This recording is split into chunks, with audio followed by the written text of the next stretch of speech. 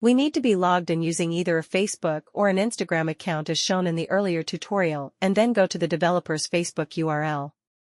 From there, click on the My Apps link on the top right.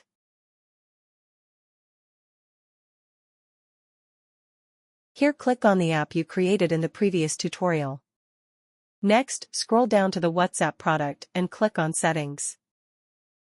In the next page, click on Manage Message Templates. Here you would see the Hello World template, which you used previously. Click on Create Template. Here you would see two options. You can either create a blank template from scratch on the left or use existing templates and customize from there on the right. We would prefer to start with the right option since it would be easier to customize from an existing template. Here you can see various templates you can use or customize further. We will use a simple purchase transaction alert template to demo customizing from, to create a template that would send information of pricing alert for a certain product. After clicking on the template to use, input a name for your new template and click on Customize Template. Next click on Customize. Since you are customizing the template, it will ask you to reuse the name or input a new name for the template. You can change the header, but for simplicity, we will demo just changing the body message.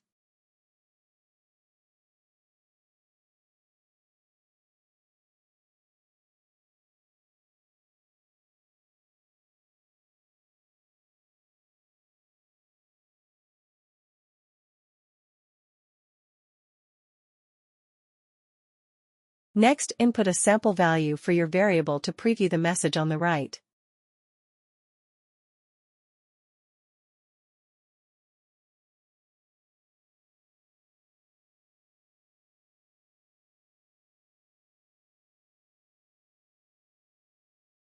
We can also add buttons, but for this demo, we will proceed to submit the template for review. Confirm the language you are submitting for and click Confirm. Next, click on Done and you would see the template is in review. In a few seconds, just refresh the page and the template should have been reviewed and changed to an active status. We are showing the difference between the curl commands of the message JSON used for the Hello World message template on the left and the newly created price alert message on the right. Please note that the phone number ID, access token, and received WhatsApp number is specific to your application and hence we left placeholders in there for you to replace them with your own values. The difference is in the template name and template components.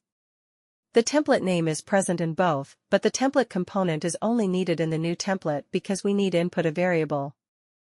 Here we are assuming that you have some script that reads the price from somewhere and updates the value in the curl command. We demo with an update of 1002 to the variable. This is how the WhatsApp message would look on your phone.